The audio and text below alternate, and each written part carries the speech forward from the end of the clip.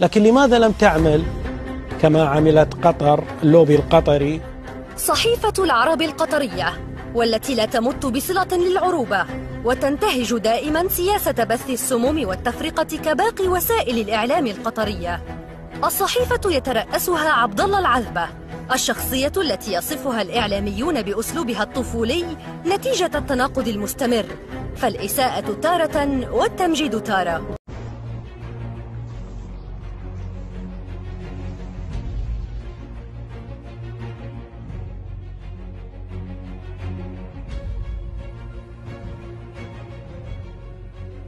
شوفوا واحدة ثانية عشان تعرفون ليش حمقان أنا. أعطنا واحدة ثانية.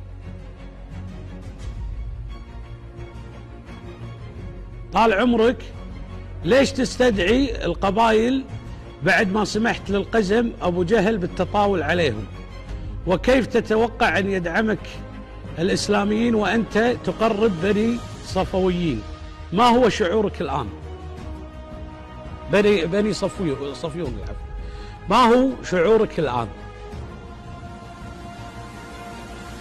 شوف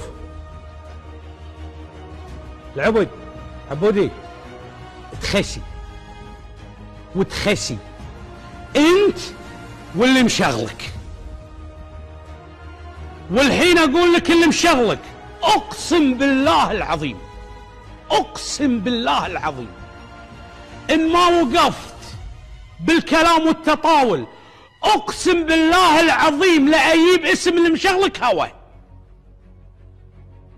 واللي قاعد يوزك وبالله الكريم لافتح بحري وياكم بشكل ما تتصورونه. ارجع اللي قلته انا من سنتين على الهواء، راح تعرفون انا شخصيا.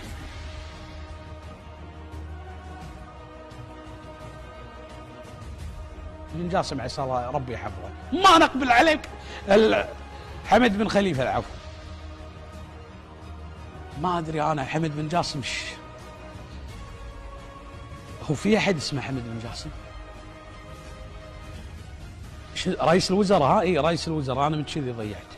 وفي عام 2013 أساء العذبة إلى أمير الكويت عبر تويتر، وشن هجوما لاذعا، ولبراعة الرجل في التلون عاد ليغرد عن أمير الكويت، ولكن هذه المرة وصفه ببلسم الجروح. شيخ صباح الأحمد الصباح أمير دولة الكويت الشقيقة وطن النهار هو بلسم جروح المنطقة.